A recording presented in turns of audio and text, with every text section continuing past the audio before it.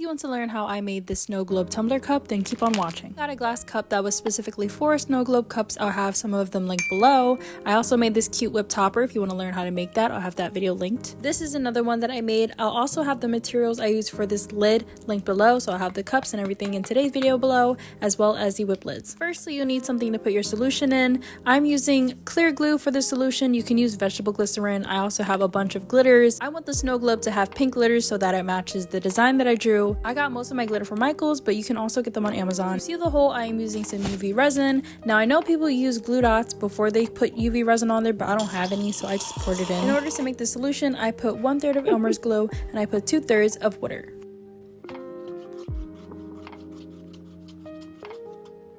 I wanted something to act as a border around the cup so the glitter doesn't go everywhere. Usually I would use painter's tape and then put that around the cup, but I didn't have any, and I just poured however much glitter I thought was good enough. I did add glitter after I added the solution, so I went back and forth between the two, and I made sure to shake the cup so that the glitter mixes with the solution, and you just keep doing this until it looks the way you want it to. If you end up getting air bubbles, you can try to gently tap the cup so the air bubbles rise up and pop, or you can leave it overnight until all the air bubbles are gone, and then you can seal it.